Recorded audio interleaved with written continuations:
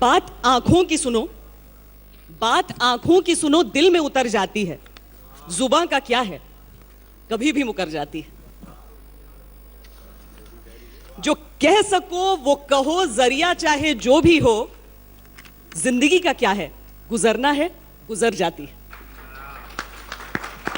तो जरिया क्या हो, क्या एक छोटी सी स्माइली एक शेर को खा गई है? पहली बात तो आपने बहुत अच्छा किया कि आपने जो शो शुरू किया उसी स्तर की कविता से शुरू किया जो इंटरनेट पे चल रही है आजकल। तो मुनव्वराना बिल्कुल उसी स्तर की कविता थी जैसी चल रही है। दरअसल पोर्टल बहुत खुल गए हैं। ट्वीट कोई भी कर सकता है, वो भी कर सकता है जो कुछ नहीं कर सकता है, और ज्यादा दिन कर ले तो फिर कुछ भी नहीं कर सकता है। मतलब एक अकाउंट खुलाने के लिए आधार चाहिए, लेकिन एफबी अकाउंट खुलाने के लिए आप निराधार हो तो भी चलेगा काम। ऐसे समय में जो टिपिकल हिंदी पोइट्री है और उर्दू की शायरी है, हिंदी की कविता है, वो सिंक कर रही है उस थॉट के साथ कि आपको तात्कालिकता चाहिए। जैसे आज तक सबसे तेज, तो शायरी भी सबसे तेज। पेशावर में हमला हो जाए तो शेर आपको तुरंत चिपकाना पड़ेगा कि रास्ते निहारती रही माएँ तमाम रात, बच्चे स्कूल से सीधे जन्नत चले गए। अगर गुलाम अली साहब का कंसर्ट खत्म हो जाए तो आपको तुरंत शेर चिपकाना पड़ेगा कि चाहत भी, मौसीकी भी, चरागा भी, रक्स भी, और तेरे राज में क्या क्या हराम है। तो लोग समझ जाएंगे किसके लिए कहा जा रहा है।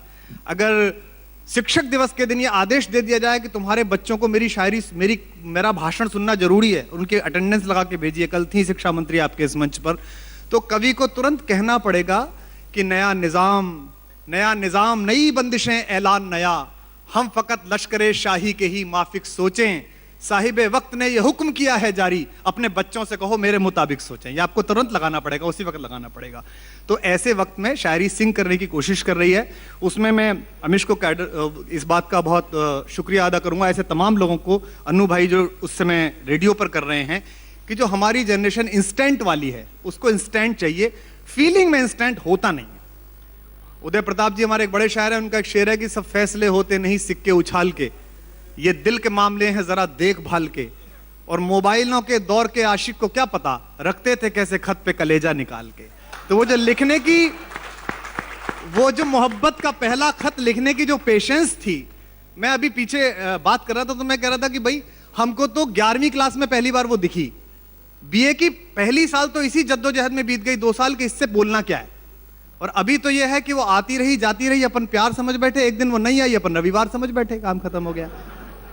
तो वो जो लंबा पकने का वक्त था, चाहे कविता में हो, चाहे साहित्य में हो, चाहे पत्रकारिता में हो, ये भी कह सकते हैं, वो जो आप शाम को बहस करती हैं जिसमें अवध के नवाब मुर्गे लड़ाते हैं, एक एंकर बैठी रहती है, एक विषय के पक्ष में होते हैं, एक विषय के विपक्ष में होते हैं, एक एक्सपर्ट होते हैं दोनों को भड़काने वाला, और अंत में समझ में नहीं आता क्या हो रहा है। गरीबी की रेखा पे बहस शुरू होती है और रेखा की गरीबी पे खत्म हो जाती है। तो हमारी कविता भी उसी दौर से गुजर रही है, हमारी पोइट्री भी उसी दौर से गुजर रही है, और मुझे लगता है कि एक पूरी जनरेशन इसमें खप जाएगी। अमिश त्रिपाठी की, कुमार विश्वास की, नीलेश मिश्रा की, इन सब की जनरेशन इसमें चली जाएगी, और इसके आने बाद वाला जो शायर होगा वो अपने अंदर के सिंथेसिस को इतना अच्छा कर लेगा कि इधर उसको थॉट मिला, इधर चीजें मिली, और सचमुच में उसके अंदर से कविता निकल के आएगी। और इसीलिए तो मुनव्वर राना साहब ने लिखा था ना वो कि बादशाह को सिखाया है कलंदर होना, आप आसान समझते हैं मुनव्वर होना। आज की जनरेशन को मुनव्वर राना क्या सिखाएंगे? कुमार, मायूस नहीं होना चाहिए। वो कय्यूम नाशाद का एक शेर है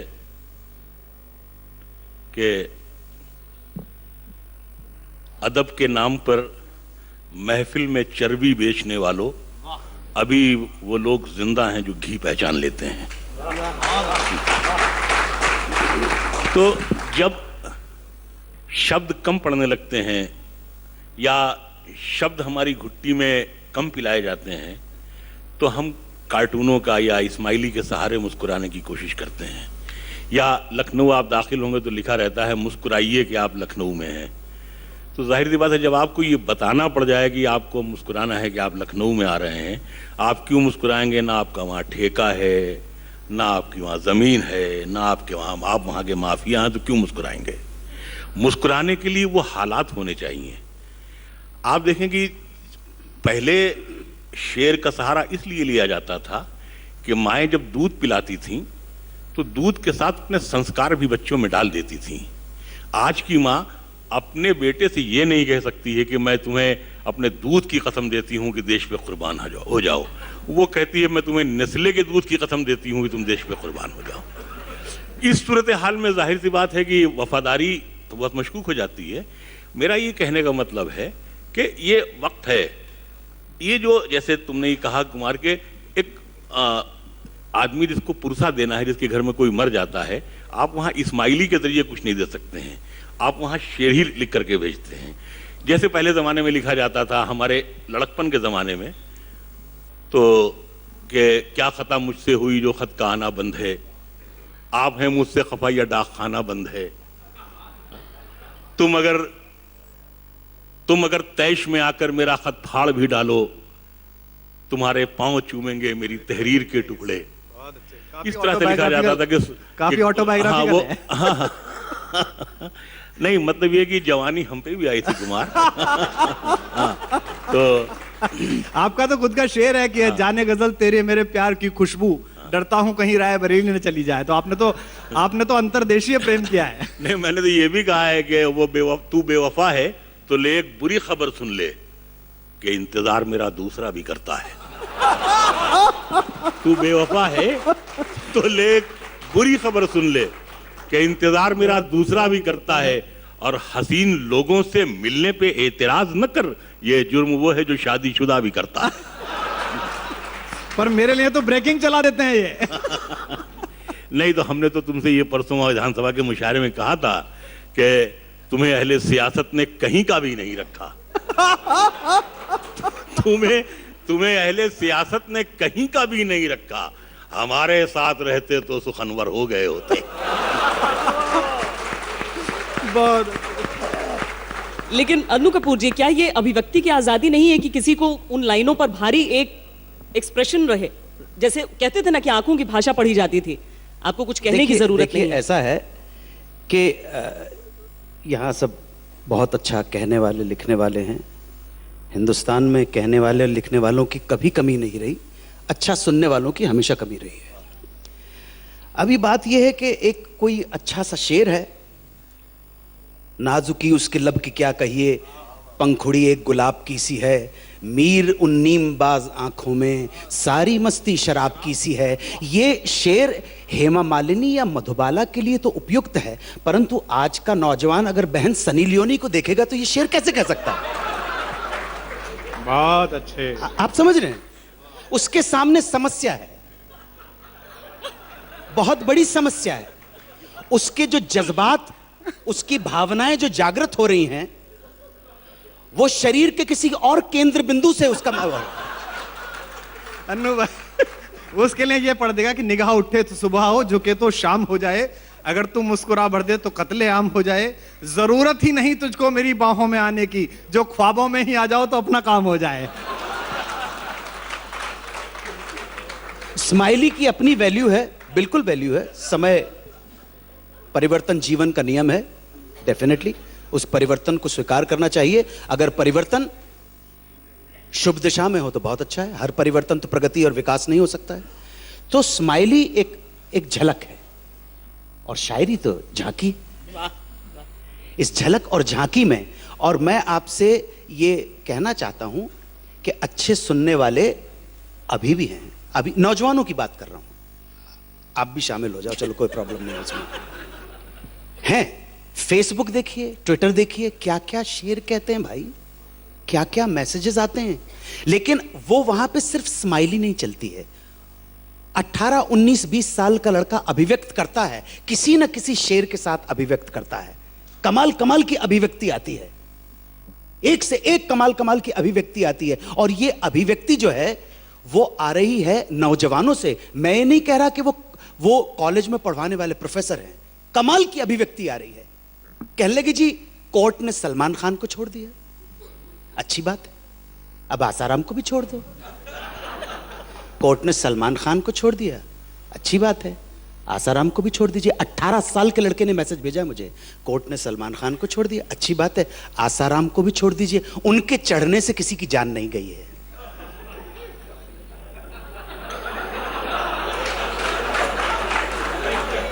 यहां पे उसने स्माइली का प्रयोग नहीं किया, पूरी झांकी दी है उसने। और ये तो मजाहिया बात है, थोड़ी सी विट और ह्यूमर के साथ है, परंतु सच्चाई ये है कि जब जब उसने अपने आप को एक्सप्रेस किया है तब तब उसे साहित्य की तरफ जाना पड़ा है, लिटरेचर की तरफ जाना पड़ा है। और नीरज जी ने एक बहुत अच्छी बात कही थी कि मनुष्य होना भाग्य की बात है, मनुष्य होना भाग्य की बात है, परंतु कलाकार होना सौभाग्य की बात है। पोइट्री की कमी नहीं है। आदरणीय मित्रों, मैं एक छोटा सा एक कहानी सुनाना चाहता हूं, अचानक जहन में आ गया, ऐसा तो सोच के आया नहीं था। मैं सोच के तो स्क्रिप्ट पढ़ते हैं, यहां तो आपके साथ फ्लो है कि बाइबल में एक जिक्र है कि when Jesus reached to the seashore, sea turned into red wine। बहुत इस दृष्टांत के ऊपर न जाने कितने स्कॉलर्स ने, हिस्टोरियंस ने, इंटेलेक्चुअल्स ने अपने अपने इंटरप्रिटेशन दिए हैं।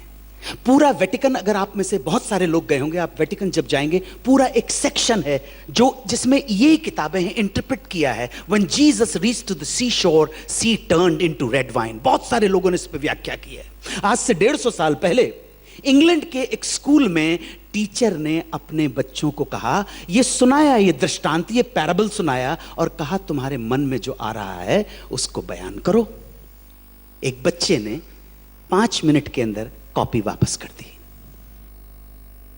वो वापस कर दी, उसमें सिर्फ एक सेंटेंस लिखा हुआ था। मेहरबान दोस्तों, मैं बताना चाहता हूं, आप सब लोग बहुत पढ़े लिखे हैं, समझदार हैं। अंग्रेजी शब्द का जो सी है वो स्त्रीलिंगी है, वो फेमिनिन जेंडर है। जैसे हमारे बहुत सारे लोगों से एक बार गलती हो गई थी। मजरू साहब ने एक गाना लिखा था, पवन दीवानी, तो पंडित भरत व्यास ने कहा कि पंडित जी ये गाना क्या लिख दिया आपने, पवन दीवानी नहीं हो सकता, पवन दीवाना होता है, पवन दीवाना होता है, पवन दीवानी नहीं होती। हवा दीवानी हो सकती है, सबा दीवानी हो सकती है, पवन दीवाना नहीं हो सकता। उसी तरह से इंग्लिश का sea, ocean is a masculine gender but sea is a feminine gender. Come back to the point. उस बच्चे ने वापस कर दी किताब, उसके टीचर ने उसकी आंसर बुक खोली, उसमें एक सेंटेंस लिखा हुआ था, मुलाजा फरमाइएगा। The sea saw her master, the sea saw her master and blushed, the sea saw her master and blushed। और मेरे मेहरबान दोस्तों, आज भी जीसस का वो parable, when Jesus Christ the Savior the Lord reached to the seashore, sea turned into a red wine, आज भी इतनी अच्छी व्याख्या और कोई नहीं है। अब ये अलग बात है कि ये 12 साल का बच्चा आगे जाकर इंग्लिश का महाकवि बायरन कहलाता है। इसमें मैंने यही दृष्टांत बच्चों को सुनाया। They got so inspired, they got so motivated। So smiley की अपनी जगह है और साहित्य की अपनी जगह है। आप जो कहेंगे, अगर आज के लोगों को डायरेक्ट मांगता है, भाई जल्दी बोल, इधर उधर की बात मत कर, इधर बोल, एकदम इधर डायरेक्ट आके बात लगनी चाहिए। वो बात, आपके पास हुनर है, आपके पास विचार हैं, आपके पास अभिव्यक्ति है। वो अभिव्यक्ति नौजवान के पास टाइम नहीं है। हमारे पास बहुत टाइम था, गुल्ली डंडे वाले लोग हैं। अभी कहां बास, गुल्ली डंडा, काहे का गुल्ली डंडा भाई। ये फेसबुक है और व्हाट्सएप है और ट्विटर है, इंस्टाग्राम है, इसके ऊपर सारा टाइम कट जाता है। इसमें एक छोटा सा अंतर है बस, जो स्माइली की दुनिया है और टेक्नोलॉजी की नई दुनिया है। अनु भाई ने जितनी देर बोला उसके बाद में ये स्टेटमेंट जानबूझ के दे रहा हूँ। लिटरेचर में जहाँ से मुनव्वर राना आते हैं और जहाँ का मैं एक छोटा सा तालिबे इल्म हूँ, उन्हीं का शेर पढ़ रहा हूँ कि खुद से चलकर नहीं ये तर्ज सुखन आया है, पांव दाबे हैं बुजुर्गों के तूफान आया है।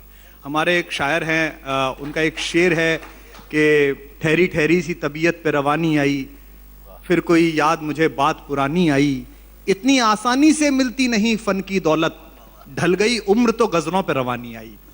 तो लिटरेचर में और इस टेक्नोलॉजी में, इस इंस्टाग्राम में, इस फेसबुक में, इस ट्विटर में, जहां मुझे सौभाग्य है कि मैं 3 मिलियन लोग फेसबुक पे मेरे पास होते हैं, ट्विटर पे भी 1 मिलियन होते हैं, इसके बाद भी मैं महसूस करता हूं हमारे यहां हल्का फुल्का सुना लिखा जा सकता है, हल्का नहीं लिखा जा सकता, ना सुना जा सकता। वहां हल्का भी सुना जाता है और हल्का भी लिखा जाता है। यह एक बारीक अंतर हमारे पास है। अमीश चूंकि उस मुकाम तक ले गए थे उस चर्चा को, इस बात को मैं आगे बढ़ाना चाहता हूं कि असल में अगर हम वेलगरिटी से अगर हम जबान को या साहित्य को या बातचीत को ना बचा सकें तो हमारी जिम्मेदारी कमजोर पड़ती है। एक शेर है किसी का कि मौसम में तो खुनकी है, खुनकी ठंडक, मौसम में तो खुनकी है, आगे मर्जी उनकी है। तो यहाँ कुछ ऐसा वो चढ़ने उतरने का कोई काम नहीं करना पड़ रहा है, पूरी बात भी वादे हो जाती है। मौसम में तो खुनकी है, आगे मर्जी उनकी है। अभी पिछले दिनों लोग बहुत एसएमएस कर देते हैं, मैं बहुत आजिज आता हूँ, पढ़ने में दिक्कत होती है, जवाब देने में और दिक्कत होती है। तो अक्सर मैं फ़ोन करके कहता हूँ कि बदले में एसएमएस के हमें फ़ोन किया कर, बदले में एसएमएस के हमें फ़ोन किया कर, दुनिया किसी गूंगे से कहानी नहीं सुनती। वाह, बहुत अच्छे। लेकिन सर अब उस बच्चे का जवाब आएगा, फोन करने का 1 रुपया लगता है, व्हाट्सएप फ्री है। नहीं तो असल में व्हाट्सएप पे कॉलिंग भी फ्री है आजकल, उस पर कॉलिंग भी फ्री है, उसके वॉइस कॉल्स भी फ्री हो गए। मैं श्वेता में एक मिनट देखिए, मोहब्बत बनियों का काम नहीं है। बहुत अच्छे। इसको आप कास्टी शोर है। नहीं, इसको हाँ भाई ये कर दीजिए। मुनव्वर ये कहना चाहते हैं मुनव्वर भाई कि मोहब्बत बनियों का काम नहीं है, वलियों का काम है। वो तैमूर लंग ने जब ईरान पे कब्जा किया तो उसने कहा हाफिज को पकड़ लाओ। हाफिज एक शायर था, और जब वो कहेंगे जिस हालत में आना चाहे, जिंदा या मुर्दा, उसे लेकर आओ। वो आया और कहेंगे कि उसने, तैमूर लंग ने पूछा, अच्छा तू ही वो शायर है जिसने अपनी मामूली सी महबूबा के गाल के तिल पर मेरा समरकंद बुखारा निशावर कर दिया? उसने क्या क्या करूं सरकार, किसी फजूल खर्ची की वजह से, अननेसेसरी एक्सपेंस की वजह से मेरा ये हाल है। तो बादशाह खुश हुआ और उसने उसको इनाम वापस किया। तो मोहब्बत में अगर आप फजूल खर्च नहीं है तो लड़की कहीं और जाएगी। अमीश, हम इससे पहले कि समाप्त करें मुनव्वर राना साहब, आपसे आपकी जुबान में आपकी शायरी हम सुनना चाहेंगे, क्योंकि जिक्र यहाँ पर बहुत सारा हो गया है, लेकिन आपसे सुनना चाहते हैं सब। मैं अर्ज कर रहा हूँ। ये माँ का शेर सुनने के लिए आप पिता की तरह डांट के बोल रहे हैं, माँ की नजर, माँ की नजर। माँ का शेर सुनने के लिए माँ की तरह नहीं, मुझसे कुमार अक्सर लोग कहते हैं कि साहब मुनव्वर राना की खराबी ये है कि वो सिर्फ माँ पे शायरी करते हैं, पिता पे नहीं करते हैं। अरे सर आप तो नहीं, एक मिनट, तो मैं कहता हूं कि अगर माँ उसी वक्त होती है जब वो पिता मेरा होता है, अगर पिता ना हो तो माँ कहां से होगी? तो माँ का जो जिस्म है, सरापा है, उसमें बाप पूरी तरह शामिल है, उसके बगैर माँ हमारी नहीं होती। आप तो अच्छी बात करें। हम एक बार आगरा में एक ताज फेस्टिवल में थे, वहां मुनव्वर राना साहब को आना था, लेकिन जैसे इनकी फकीराना तबीयत, उन्होंने दोपहर को मना कर दिया। तो इनकी जगह एक बहुत ही खराब हास्य व्यंग का कवि बुला लिया उन्होंने। वो बहुत ही खराब शायरी करने लगा। तो राहत इंदौरी बड़े शायर, उन्होंने मुझसे पूछा कि ये कौन है? तो मैंने कहा साहब ये मुनव्वर भाई आने थे, उनकी जगह आया है। तो बोले यार मुनव्वर का तुम कितना अपमान कर रहे हो, उसकी जगह ये बुलाया। मैंने कहा जी दोनों में कोई अंतर नहीं है, वो माँ बहन की शायरी करते हैं, ये शायरी की कर रहा है।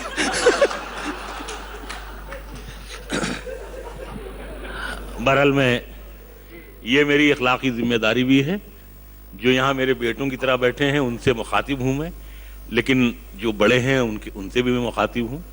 और मैंने जब माँ पर मैंने शायरी कहना शुरू की थी, उस ज़माने में जब मैं कलकत्ते में रहता था तो हमारे एक बंगाली दोस्त थे, वो कहते थे कि जब हमारा बंगला साहित्य अंग्रेज़ों से पंजे लड़ा रहा था तो तुम्हारी उर्दू गज़ल वेश्या के कोठे से उतर रही थी। मुझे ये बात कहीं तकलीफ पहुंचाती, लेकिन मैं सोचता कि हाँ हमारे यहाँ ऐसी शायरी बहुत हो गई है, दुपट्टे को आगे से दोहरा न ओढ़ो, नमूदार चीज़ें छुपाने से हासिल, आज हंसने में वो सब दांत तुम्हारे देखे, यानी एक बुर्ज में 32 सितारे देखे। हाउएवर, तो मैंने सोचा माँ पे शेर कहे जाए। लोगों ने कहा साहब गज़ल के माने महबूब से बातें करना है। मैंने कहा अगर एक मामूली सूरज शक्ल की औरत मेरी महबूबा हो सकती है तो मेरी माँ मेरी महबूब क्यों नहीं हो सकती? तो बहरहाल मैंने शेर कहे, मैं कुछ शेर मैं अर्ज कर रहा हूँ। थोड़ी देर पहले अगर आप तशरीफ ले आते हैं हमें जावेद साहब तो कुछ शायरी भी सुन लेते आप। हाँ, तो बहरहाल मैं कुछ शेर मैं अर्ज कर रहा हूँ। जैसा एक शेर अभी इन्होंने सुनाया कि किसी को घर मिला हिस्से में या कोई दुकान आई, मैं घर में सबसे छोटा था, मेरे हिस्से में माँ आई। एक मतलब यह है कि आए अंधेरे देख ले मुंह तेरा काला हो गया, माँ ने आंखें खोल दी घर में उजाला हो गया। इस तरह मेरे गुनाहों को वो धो देती है, माँ बहुत गुस्से में होती है तो रो देती है। आप देर से आए हैं लेकिन एक शेर के आप हकदार हैं जावेद साहब। आज ही मालूम हुआ कि आप सऊदी अरब में सफ़ीर हिंदुस्तान के बनकर जा रहे हैं। एक ज़माने में किसी ने हमें शेर सुनाया था कि ज़िंदगी तशना काम हो जाती, मसलहत की गुलाम हो जाती, वो तो कहिए अरब में चाय न थी वरना ये भी हराम हो जाती। तो ये शेर आपकी नजर, ये आपने इन्हें शुभकामनाएं दी हैं कि बद्दुआएं दी हैं? तो ये शेर मैं आपकी नजर कर रहा हूं कि बुलंदियों का बड़े से बड़ा निशान छुआ, बुलंदियों का बड़े से बड़ा निशान छुआ, उठाया गोद में माँ ने तब आसमान छुआ, उठाया गोद में माँ ने तब आसमान छुआ। मुसलसल गेसुओं की बरहमी अच्छी नहीं होती, हवा सबके लिए ये मौसमी अच्छी नहीं होती। मुनव्वर माँ के आगे यूं कभी खुलकर नहीं रोना, जहां बुनियाद हो इतनी नमी अच्छी नहीं होती, जहां बुनियाद हो इतनी नमी अच्छी नहीं होती। दुख भी ला सकती है लेकिन जनवरी अच्छी लगी, जिस तरह बच्चों को जलती फुलझड़ी अच्छी लगी। तेरे दामन में सितारे हैं तो होंगे ऐ फलक, मुझको अपनी माँ की मैली ओढ़नी अच्छी लगी। इसका कोई विकल्प हो ही नहीं सकता है, कभी नहीं हो सकता है। और शायद ऐसी ही बातें हैं जो सुनेंगी ये नई पीढ़ी, तो फिर संगम हो जाएगा स्माइलीज और शायरी का। निश्चित रूप से। और आप लोगों से भी अनुरोध है कि जो खबर के लोग हैं वो सब भी लोग जरा शेर व शायरी का इस्तेमाल करिएगा, थोड़ा उनको बीच बीच में आप बोलते रहिएगा तो ज्यादा अच्छा लगता है। वो जब आपकी लड़ाई ज्यादा तेजी के साथ हो जाती है, हम तो उसके शिकार रहे हैं। बच निकलने के लिए राजनेता इसका इस्तेमाल करते हैं अक्सर। बहुत बहुत धन्यवाद आप सबका।